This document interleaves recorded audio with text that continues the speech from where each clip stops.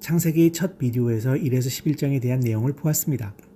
하나님은 세상을 창조하시고 하나님의 형상을 따라 인간을 창조하셨습니다. 그리고 세상을 다스리라 하셨습니다. 그러나 인간은 죄를 선택하고 반역하여 세상은 폭력과 죽음으로 물들고 그 반역은 바벨탑 사건으로 사람은 흩어지게 됩니다. 그럼 여기서 이런 질문이 듭니다. 하나님은 어떻게 그의 세상을 구속하시려 하는 걸까? 바벨탑 사건으로 흩어진 후 창세기의 저자는 한 가족의 족보를 기록합니다. 그 족보는 한 사람, 아브라함, 나중에는 아브라함으로 알려진 인물로 이어집니다. 그리고 12장 1에서 3절에 기록된 아브라함에게 하신 하나님의 약속으로 이야기가 새롭게 전개됩니다. 하나님은 그의 집을 떠나 언젠가 그의 것이 될 가나안 땅으로 가라고 명령하십니다. 그리고 그곳에서 하나님은 약속하십니다. 내가 너로 큰 민족을 이루고 내게 복을 주어 내 이름을 창대하게 하겠다. 이제 이 약속은 앞에서 읽은 1에서 11장과 연결이 됩니다. 바벨에서 사람들은 자기의 이름을 내기 위하여 열심히 애를 썼습니다. 비록 잘 되지는 않았지만요. 그러나 하나님은 아무 이름도 없는 이 사람, 아브라함의 이름을 창대하게 하기로 하십니다. 하나님의 아브라함에 대한 축복은 에덴 동산에서 인류에게 하신 첫 번째 축복을 떠올리게 합니다. 그럼 이런 질문을 할 수 있죠. 왜 하나님은 아브라함과 그 가족을 축복하시는가? 그 해답은 땅의 모든 족속이 너로 말미암아 복을 얻을 것이라 고 12장 3절에 기록되어 있습니다. 이제 이것이 성경의 모든 스토리를 이해하는 열쇠입니다. 하나님은 반역한 세상을 아브라함의 가족을 통하여 축복하시고 구하고자 계획하십니다. 이것이 왜 구약의 모든 이야기가 오직 한 가정에 집중되는 이유입니다. 바로 이스라엘 민족이죠.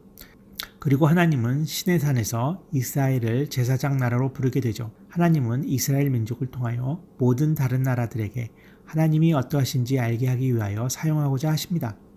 이 약속은 궁극적으로 이스라엘의 메시아 왕이 오셔서 열방을 공의와 평화로 다스리심으로 실현될 것이라고 선지자들과 시를 통하여 말하고 있습니다.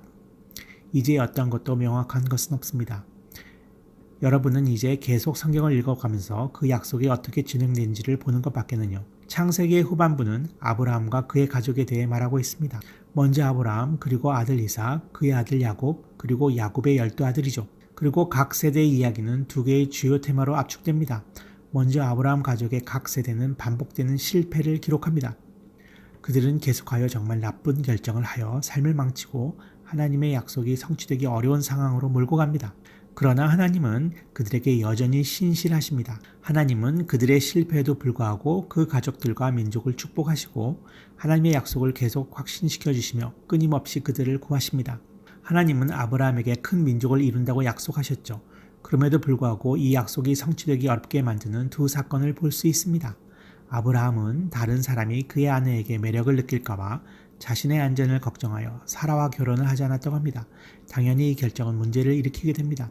이뿐만 아니라 아브라함과 사라는 아이가 생기지 않자 사라는 자신의 종인 하갈과 아브라함의 동침을 권합니다. 물론 이 결정 역시 이 가정에 많은 문제를 야기합니다. 그러나 그럴 때마다 하나님께서는 아브라함을 건져내시고 심지어 15장 17장에서 하나님의 약속을 공식적으로 이행하시겠다는 언약식을 거행하십니다. 이 장면은 매우 고전적인데요. 하나님은 아브라함에게 밤하늘에 별을 세어보라고 하십니다. 그리고 너의 가족이 이처럼 셀 수 없이 많아질 것이다 라고 말씀하시죠. 아브라함은 현재 아이가 없고 가능성도 별로 없어 보이는 상황임에도 불구하고 하늘을 바라보고 의심 없이 하나님의 약속을 믿어버립니다. 그리고 하나님께서는 언약이 아브라함과 함께 있으니 아브라함이 여러 민족의 아버지가 되며 하나님의 축복이 그를 통해 전 세계로 흘러갈 것을 약속하십니다. 그리고 하나님은 아브라함에게 그 언약의 표시로 그 가족의 남자에게는 모두 할례를 하라고 명령하십니다. 이것은 가족이 늘어가는 것이 하나님의 선물임을 기억하라고 하시는 상징입니다. 마침내 아브라함은 많은 자손을 보고 나이가 들어 세상을 떠납니다. 이제 야곱이 더욱 드라마틱하게 이 주제, 인간의 실패와 하나님의 신실들을 써가는데요. 출생에서부터 야곱은 그의 이름의 뜻인 속이는 자로 살아갑니다. 야곱은 형 에서로부터 장자권을 사고 늙고 눈이 잘 안 보이는 아버지를 속여서 형에게 에서의 축복을 뺐습니다. 야곱은 가장 사랑한 아내 라헬을 포함해 4명의 아내가 있었는데 이로 인해 가족 안의 경쟁을 야기하게 됩니다. 야곱을 낮추게 한 단 하나의 사건이 있었는데 그것은 삼촌 라반이 수년간 야곱을 속인 것입니다. 이제 상황이 완전히 역전되었습니다. 겸손해진 야곱이 이제 고향으로 돌아옵니다. 그런데 야곱은 하나님에게 축복해 달라고 요구하며 씨름을 합니다. 야곱의 욕망은 별로 달라진 게 없는 것 같아요. 그러나 하나님은 야곱의 결단을 존중하시고 아브라함에게 주신 축복을 야곱에게 주시며 그의 이름을 하나님과 씨름하다라는 뜻의 이스라엘로 바꾸십니다. 이제 창세기 나머지 부분들은 야곱의 아들들의 실패와 하나님의 축복에 대한 이야기가 펼쳐집니다. 야곱은 11번째 아들인 요셉을 다른 아들보다 사랑했고 특별한 옷을 지어주었습니다. 다른 10명의 아들은 요셉을 미워했고 그를 납치해서 죽이고자 계획을 세웁니다. 그러나 형들은 이집트의 노예로 팔아버리죠. 그곳에서 요셉은 결국 감옥에 갇히게 되고요. 이 가족의 실패를 보세요. 그러나 하나님은 요셉과 함께 하셨고 감옥에서 풀려날 수 있도록 모든 상황을 예비하십니다. 바로왕은 요셉을 이집트에서 두 번째 높은 자리에 앉힙니다. 요셉은 극심한 기근 가운데 이집트를 구하고 마침내 그의 형제와 가족을 아사직전에서 구해내게 되죠. 그리고 우리는 다시 한번 아브라함 가족의 어리석음과 죄, 실패가 어떻게 하나님의 신실하심과 만나는지 보게 됩니다. 형들의 악함을 바꾸어 생명을 구하게 하시는 하나님의 신실함을 말이죠. 그리고 창세기 50장에서 요셉이 말합니다. 당신들은 나를 해하려 하였으나 하나님은 그것을 선으로 바꾸사 오늘과 같이 많은 백성의 생명을 구원하게 하시려 하셨습니다. 요셉의 이 말은 사실 전략적으로 이 책의 끝에 배치되어 있습니다. 왜냐하면 이 말은 단순히 요셉의 이야기의 요약이 아니라 창세기 전체의 요약이기 때문입니다. 창세기 3장부터 사람은 계속하여 이기적이고 악을 저지르지만 하나님은 세상을 그냥 내버려 두지 않으십니다. 인간의 계속되는 실패에도 불구하고 하나님은 신실하셔서 인간을 축복하시기로 결정하십니다. 우리는 성경을 통해 여인의 후손에 대한 미스테리한 약속이 어떻게 진행되는지 볼 수 있습니다. 창세기 3장을 기억하시죠?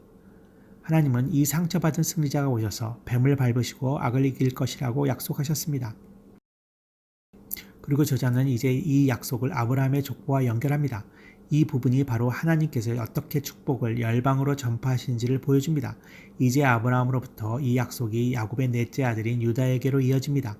49장은 굉장히 중요한 시인데요. 야곱이 나이가 들고 죽기 전에 12아들을 축복합니다. 야곱이 유다에게 말하길 유다가 이스라엘 민족의 리더가 되고 언젠가 왕이 나와서 모든 나라가 순종할 것이며 열방의 에덴 동산의 축복을 재건하는 하나님의 약속을 성취할 것이라고 합니다. 그리고 야곱이 죽고 후에 요셉도 잠이 듭니다. 가족들은 여전히 이집트에 머무르고 있고 창세기는 이러한 미래에 대한 희망과 약속을 남기고 마무리됩니다. 그래서 앞으로 어떻게 스토리가 전개될지 여러분으로 하여금 다음 책을 읽게 하겠죠. 여기까지가 창세기입니다.